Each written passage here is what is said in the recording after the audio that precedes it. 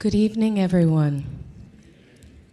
Y'all can do a little bit better than that. Good evening, everyone. Okay, thank you. That is better. Can anyone hear the soundscape? Yes, some people can. Wonderful. That's important. First, I want to express deep gratitude for the years of bravery and determination that have brought us all here for this moment. Myself, my deep friend Dana, are both honored and humbled to be here and excited to share our thinking with you. For those of you that were here last night, you might have heard my voice struggle. I figured out that it is the allergies. Thank you, Virginia. So I have some Claritin, and I am excited to actually be able to voice that excitement with you all tonight. So thank you, Walter, for preparing me for this clicker. Both Dana King and I have dedicated our professional practices to expanding narratives in the public realm. And in doing so, be able to challenge how history has chosen to remember and ignore very often the contributions of marginalized groups, specifically Black and brown groups, and perhaps even more specifically, Black and brown women. So we come to this particular project with a wealth of experience and personal conviction. We are intent on combating the erasure and spatial harm that is perpetuated by our current public memory landscape. We also come to this project with the capacity and compassion for a deeply engaged and patient process, one that will continue to build on the community stewardship demonstrated by you lovely folks to date. And with that, I will briefly introduce myself and say that I am Jadi Amazi. I am a principal at Mass Design Group, and I have the distinct pleasure of being the director of our Public Memory and Memorials Lab. As a nonprofit design collective, MASS, which stands for Model of Architecture Serving Society, we are invested in understanding and honestly, in some cases, co-inventing the ways in which we can collectively curate multivocal, radically diverse, and cathartic spaces that are rooted in truth-telling and ultimately joy. Across our larger team of designers, artists, and consultants, we are pulling on decades of lessons learned from both projects we've worked on independently as well as through our varied collaborations. And we certainly look forward to learning even more with you all through this process. Reflecting specifically on learnings, during our site visit last September, our team was admittedly a little overwhelmed. I know some folks raised their hands and said that they have taken a tour with the Jeff School with Dr. Douglas. You feel that for days. That information, that history is very palpable and it sticks to your bones. And so we were overwhelmed by these histories of racial terror and spatial violence committed against the African American communities. And that's a story that's not unfamiliar with cities across our country, but it felt different being here, witnessing it in these ways. And thinking about the raising of communities such as McKee Row and Vinegar Hill demonstrates decades of attempts to undermine the growth and agency of the Black community. And then the infiltration of symbols of supposed dominance and power further reinforce those attempts. But what resonated with us even more were the stories of determination, self-actualization, and persistence of the same said African American and Black communities here in Charlottesville, and how those lessons actually permeated throughout the diaspora. We were also deeply moved by the solidarity in your diverse stronghold that our country saw in response to 2017, a solidarity that continues to fuel the possibility of this project. And so for us, we understand that Swords into Plowshares has fundamentally shifted what is possible in this debate of what to do with these tokens of oppression. And we are inspired by the exhaustively brave process that has led us here tonight. So with that bravery, we decided that the most brave response was to be in direct dialogue with what was, to confront the tension of the Lee statue directly. Of the multiple sites that were proposed, our team felt most drawn to Market Street Park because we see the filling of that void as a reclamation of space and a deliberate transference of energy. We heard stories of how longtime residents avoided the park long before and certainly after the tragic events of the rally, and we saw this project as an invitation to shift that invisible yet palpable power dynamic.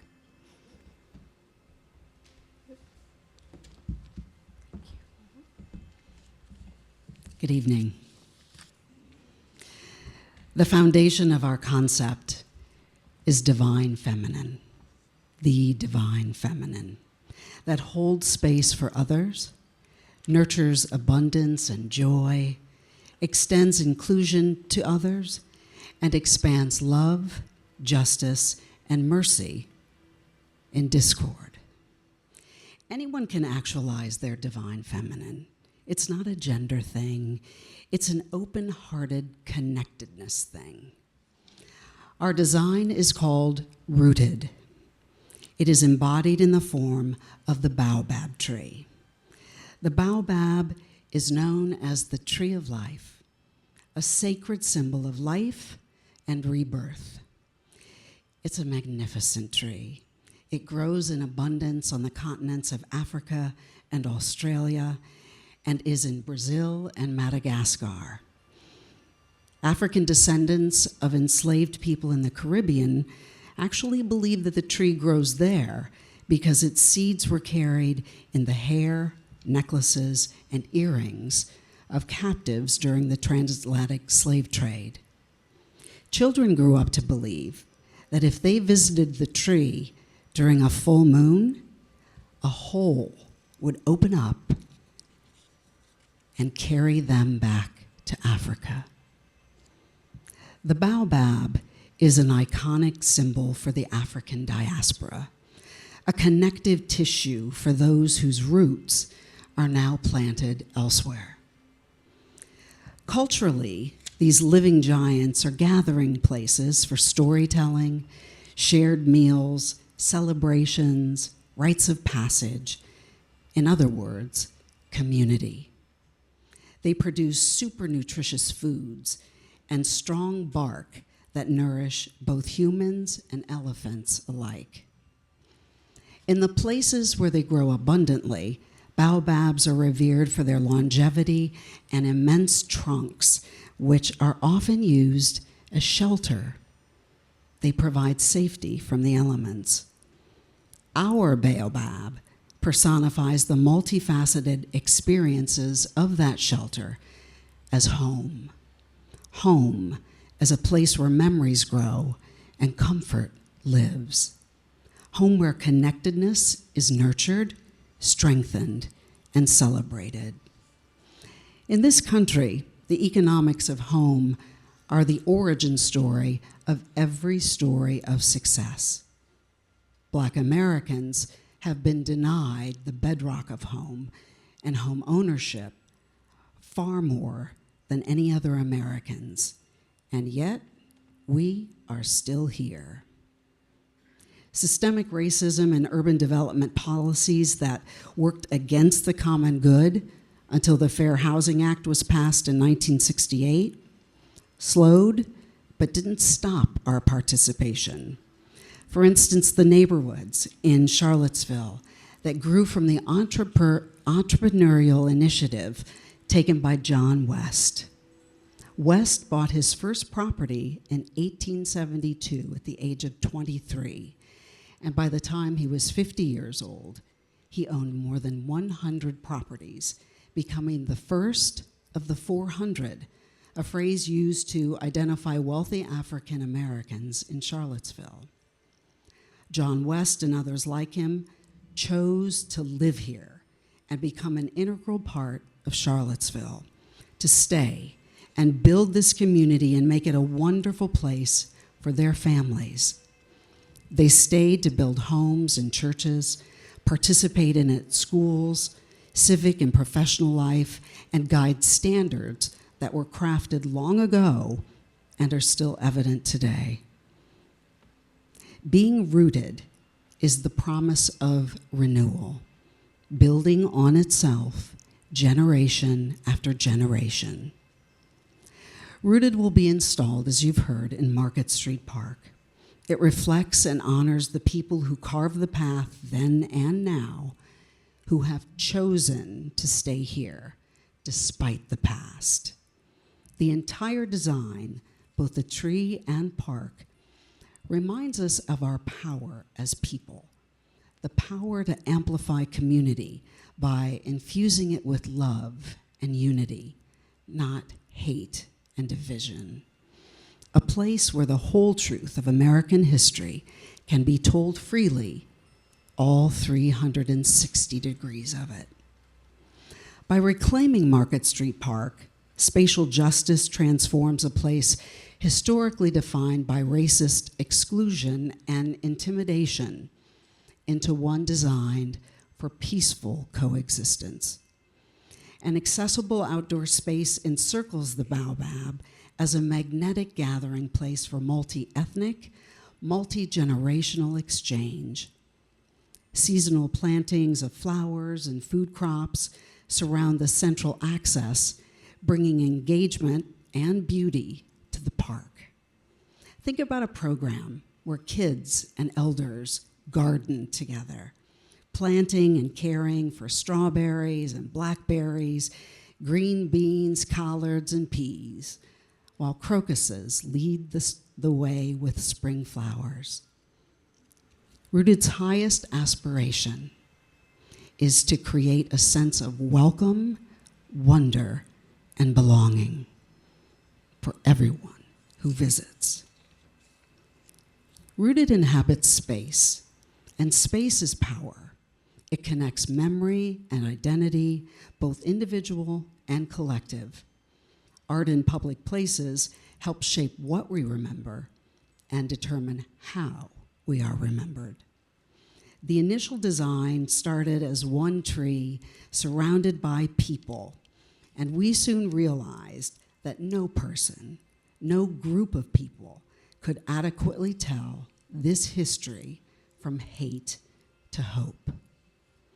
So the tree was split into 7 pillars, 7 parts, in order to create a center to carry events and other programming based on the community's desires. Opening the baobab to the sky makes room for community engagement so that old memories can be shared and new ones made. And at 27 feet tall, no matter where you are in Charlottesville proper, if you can see the top of it, it declares that your presence is welcome and celebrated there.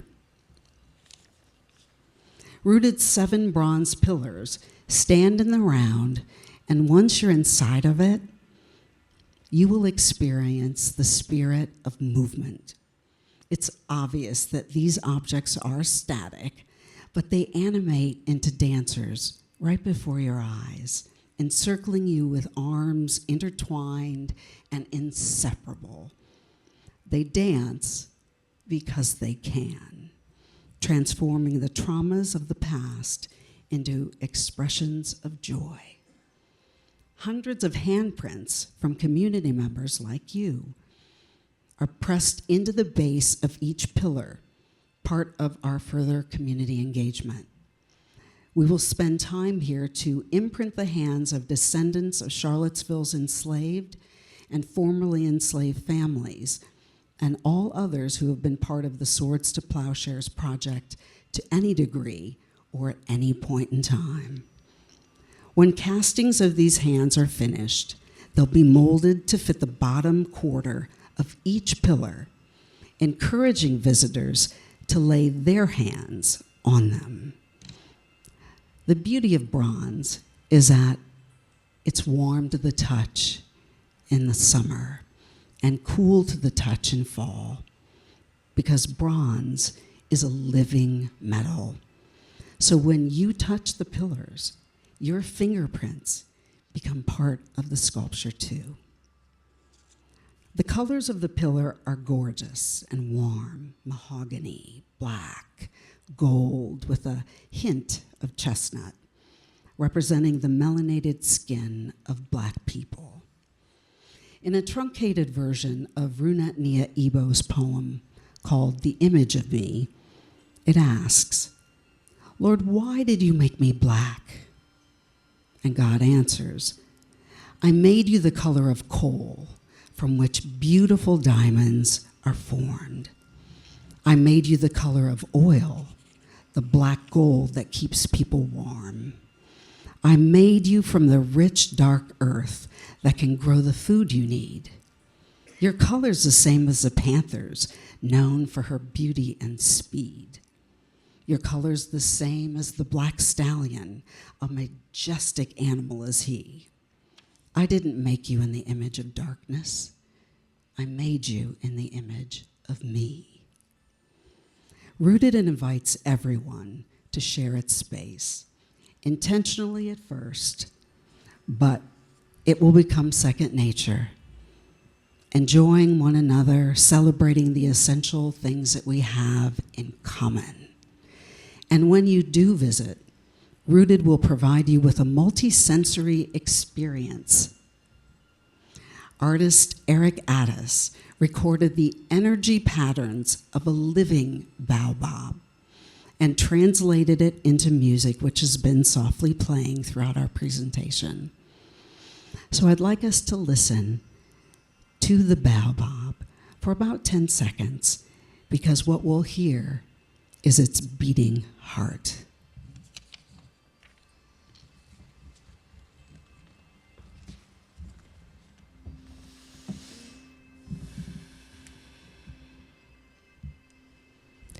And this layer of soundscape is another opportunity to further embed the community. We envision a collaboration with local and or youth musicians so that this soundscape can be composed to fully ground the site in the harmonies that resonate the most with those who have shepherded this process and will continue to be stewards of the project in the future. We think about the design approach in 5 layers, beginning first with the park as a whole. We envision the primary walkways could be reconfigured to reflect the Fowohaji Adinkra, representing freedom and the responsibility that comes with independence. These accessible pathways across the park and plaza would welcome all mobility needs, which would then be a kinetic rewriting of how visitors currently move through the site. At the base, sorry y'all, this clicker is rude. You said it was difficult, Walter, not impossible. All right, I'm gonna keep talking. Jamira, do you mind going to the next slide for me, because it is skipping?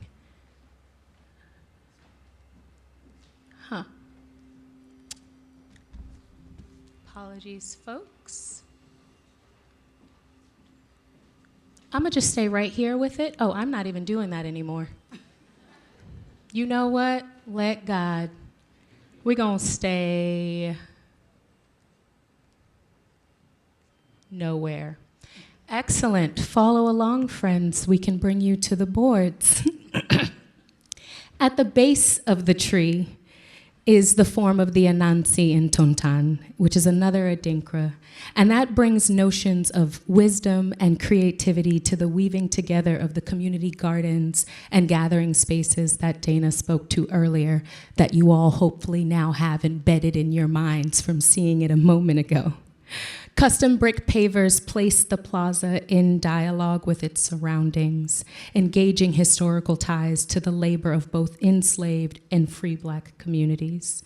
I'm gonna try one more time because I saw Dr. Douglas go over there. Nope, we gonna leave it. As Dana shared, the baobab tree anchors the site, honoring the presence of Black descendants of American enslavement and the persistence of generations who have thrived thereafter. The passageways invite all into the center, totaling 7, to reference a number of completeness. On the interior, the aforementioned handprints and soundscapes curated during our year-long engagement sessions will reflect our connected efforts and encircle the primary gathering space for the site.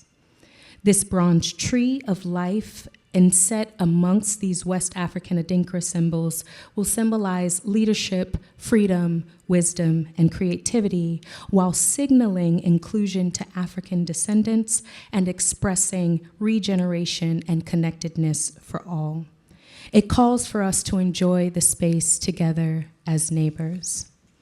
And the 5th and final layer of this 5-part design would be sculptures of life-giving fruit, flower, and seeds from the baobab tree, extending the welcoming spirit of this mother tree into sites across the city, enabling a dialogue and empowering community members to imagine alternative futures.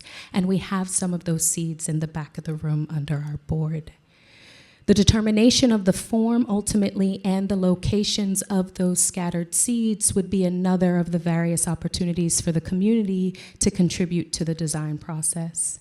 And as is typical with all of our projects, we approach this work with a deep understanding that we are accompanying communities in the co-creation of living and participatory spaces, and value that this history cannot be constrained to a singular site or narrative, and so the distribution of the memorial and of the seeds is pretty critical. Ultimately, I'm going to try this one more time. Nope, that's fine. Lastly, I will say that ultimately, the project and the process that births it is meant to be a resounding reminder that all are welcome to put down roots. Thank you.